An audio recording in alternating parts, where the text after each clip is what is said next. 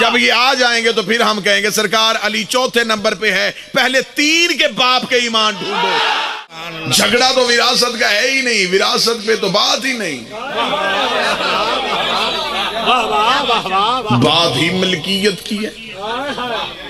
فتح تو سیدہ کی ملکیت۔ فتح کے لیے ایک زاویہ میں نے اس سال اور استعمال کیا اور میں آج آپ کے سامنے پڑھوں۔ بندے کہتے ہیں آخر رسول نے بی بی کو لکھ کے کیوں دیا تھا؟ میں وجہ بتاتا ہوں کیوں لکھ کے دیا تھا۔ اللہ قرآن میں کہتا ہے وَانفِقُوا فِي سَبِيلِ اللَّهِ، اللہ کی راہ میں خرچ کرو۔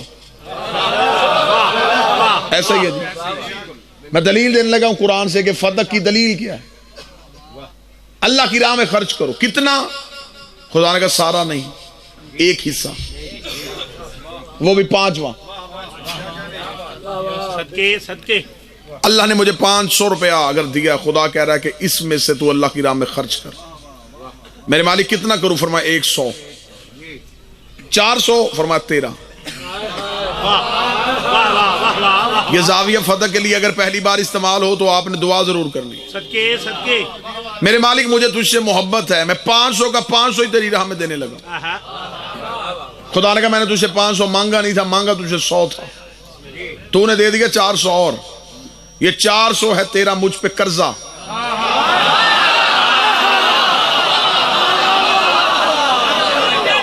میں یہ تیرا قرض واپس لوٹاؤں گا۔ یہ 400 تیرا ہے توحید پہ قرضہ۔ اور قرض کے بارے میں خدا کا قانون یہ ہے کہ اگر انسان زندہ ہو تو اسے واپس کرو، اگر وہ مر جائے تو اس کے وارث کو واپس کرو۔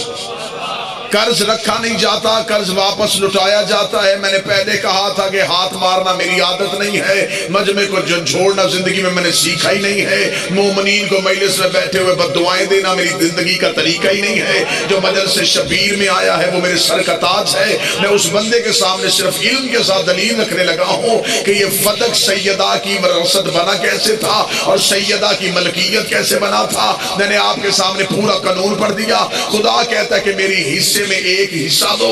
خدا نے سارا نہیں مانگا، ایسے ہی خدا کا بنایا ہوا قانون تھا۔ خدا نے مانگی ہے تھوڑی دولت، خدیجہ نے دے دی ساری دولت۔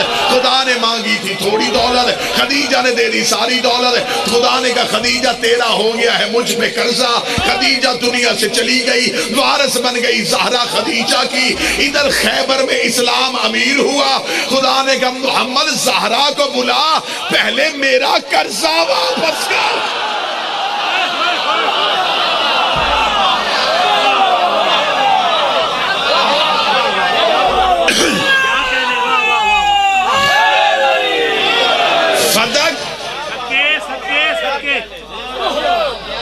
ملکیت سیدہ تھی جو توحید نے دیا تھا۔ نبی کا تو درمیان میں لین دین ہی کوئی نہیں، یہ ماں کی دولت تھی جو اس نے اس سے دی۔ اس نے اس قرض کو واپس کیا۔ اور میں نے پاکستان کے ہر ممبر پہ کہا ہے کہ اگر یہ کیس کھلے تو ہماری اتنی تیاری ہے کہ اگر مذہب کی کوئی کتاب بھی عدالت میں نہ جائے تو ہم پاکستان کے قانون سے زہرا کو سچی ثابت کر سکتے۔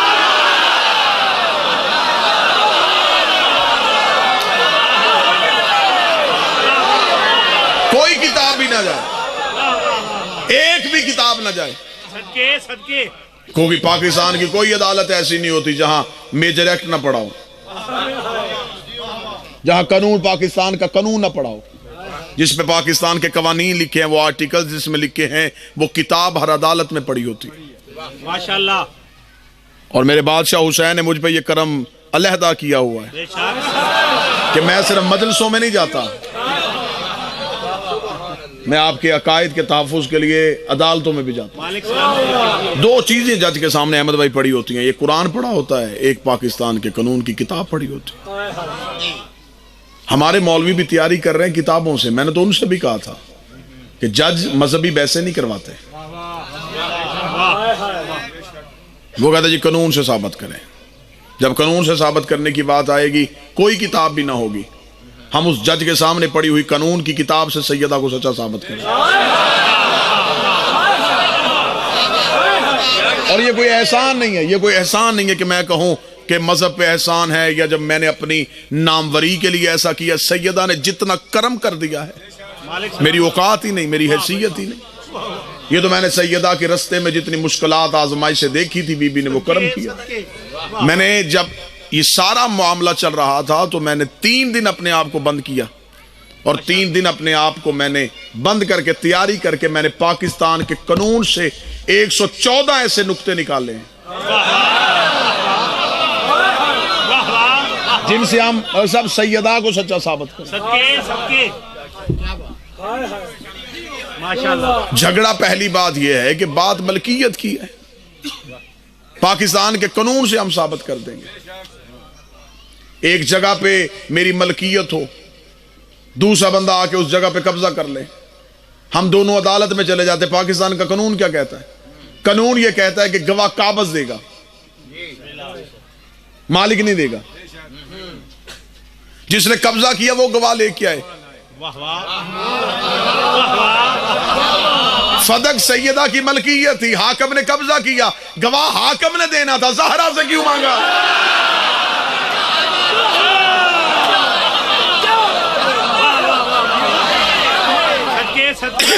گواہ تو اب یہ کسی کتاب نے لکھا کہ یہ واقعہ ہوا نہیں, سب نے لکھا کہ ہوا ہے. یا تو یہ ہوتا نا کہ کہتے تھی یہ بات ہی نہیں, یہ من گھڑت بات ہے, ایسا ہوا ہی نہیں, بی بی تو گئی نہیں. یہ کہتے ہیں کہ مطالبہ کیا ہے لیکن بنتا نہیں تھا. اس میں ہم اگلی بحث کر لیتے ہیں. بسم اللہ. پاکستان کا قانون یہ کہتا ہے کہ ایک سرکاری جگہ ہو, سرکاری جگہ پہ کوئی سول بندہ قبضہ کر لے تو عدالت میں مقدمہ چلا جائے, پہلے فیصلہ ہوگا پھر مالک کو قبضہ دیا جائے گا. ایسا ہی جی, پہلے کیس چلتا ہے پھر قبضہ ہوتا ہے. یہ کیسی تاریخ انسانیت کی بددیانتی ہے؟ یہاں قبضہ پہلے کیا گیا, فیصلہ بعد میں کیا گیا. ہم پاکستان کے قانون سے ثابت کر دیں گے کہ یہ تاریخ انسانیت کا, اپنی نوعیت کا پہلا مقدمہ تھا. جس کے خلاف کیس تھا وہ جج کیسے تھا؟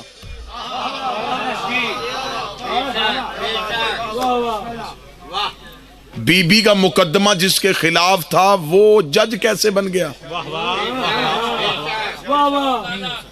یہ مقدمہ قانونی طور پہ قاضی کو سننا چاہیے تھا, حاکم نے کیسے سن لیا؟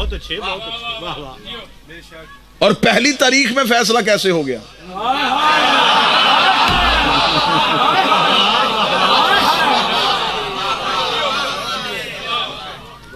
اس کے بہت زیادہ نکات ہیں. اب حکم کر دیا تھا تو میرا موضوع کا رخ چینج ہو گیا. اس کو آپ میری کوئی بھی مجلس یوٹیوب پہ جا کے دیکھ لیجئے گا. سیدہ کے حق پہ مفصل طریقے سے میں اپنے خطابات ریکارڈ کروا چکا ہوں. اور اس آج کے دن کے لیے اس حوالے سے ممبر پہ یہ ضرور کہوں گا, اگر مولویوں کو بحث کی, مناظرہ, مکالمہ, مباحلہ سب کچھ کرنے کے لیے ہم تیار ہیں.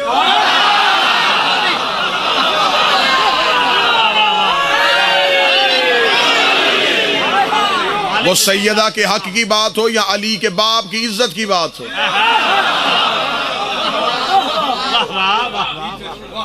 حضرت ابو طالب کی بات ہو یا سیدہ کے حق کی بات ہو, ہم ذہنی طور پہ تیار ہیں.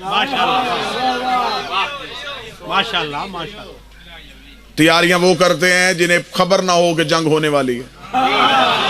ہم تو پہلے ہی اگلے مورچوں پہ بیٹھے ہوئے ہیں. ہاں, ہم تیاریاں کر کے نکلے ہوئے لوگ ہیں. ہمیں نہ بتاؤ کہ آپ تیار ہوں, آپ یہ کریں. جب چاہیں, جس وقت چاہیں, جہاں چاہیں, سیدہ کے حق سے لے کے علی کے باپ کی عزت تک. اور میں نے تو اپنے اکثر خطبہ کو کہا تھا جو جذباتی ہو کے تقریریں کر رہے تھے, میں نے کہا کوئی مسئلہ نہیں, انہیں آگے آنے دو. حکمت عملی اچھی رکھتے ہیں, ان کو گھیر گھار کے لاؤ آگے. ہاں, یہ آج مولوی کہہ رہے ہیں نا کہ جی حضرت علی کے باپ کے ایمان پہ ہم مناظرہ کریں گے, انہیں صرف بلواؤ صحیح. بہت اچھے. کہیں کسی طریقے سے یہ کہیں آ جائیں. جب یہ آ جائیں گے تو پھر ہم کہیں گے سرکار علی چوتھے نمبر پہ ہے, پہلے 3 کے باپ کے ایمان ڈھونڈو.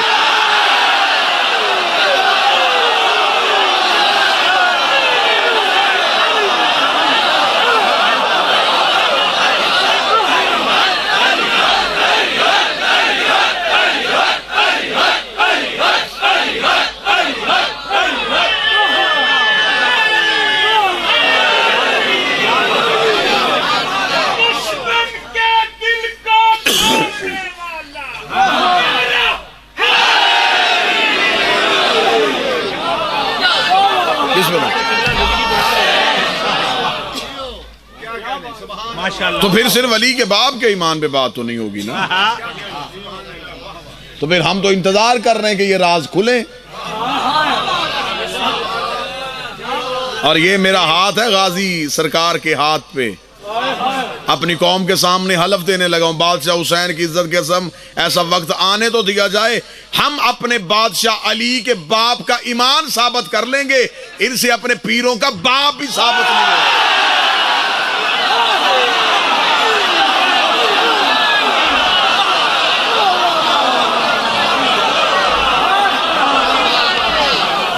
آٹھ نام تو میں کتابوں میں دکھا سکتا ہوں.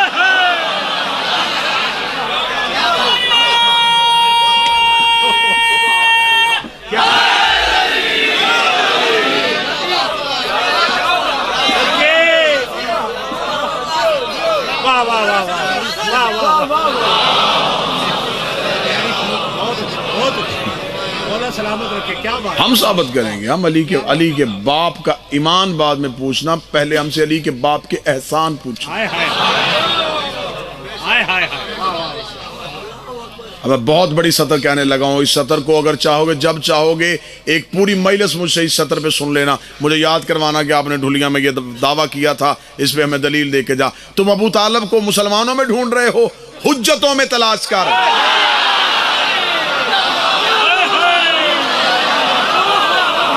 اپنے دور کا پیغمبر تھا علی کا باپ.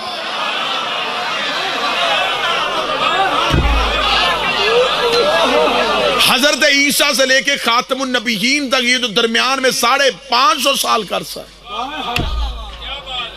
ہمیں بتاؤ اس پورے عرصے میں زمین پہ اللہ کی حجت کون تھی؟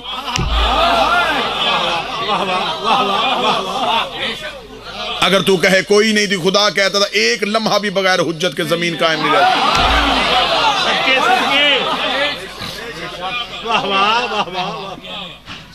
میں یہاں مجمع سے کسی سید سے پوچھوں بابا جی آپ نے کلمہ کب پڑھا تھا, تو مجھے کہیں گے کلمہ تو میں تب پڑھتا اگر میں کافر ہوتا, جب پیدا ہی سیدوں کے گھر ہوا. مجھے کلمہ پڑھنے کی کیا ضرورت ہے؟ 1450 سال سے جس علی کی نسل کو کلمہ پڑھنے کی ضرورت نہیں, اس کے باپ کو کلمہ پڑھنے کی ضرورت کیا ہے؟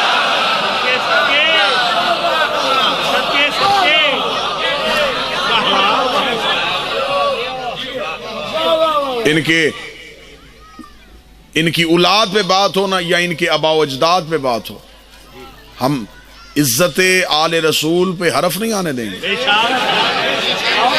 ہم وہ زبان گدی سے کھینچ لیں گے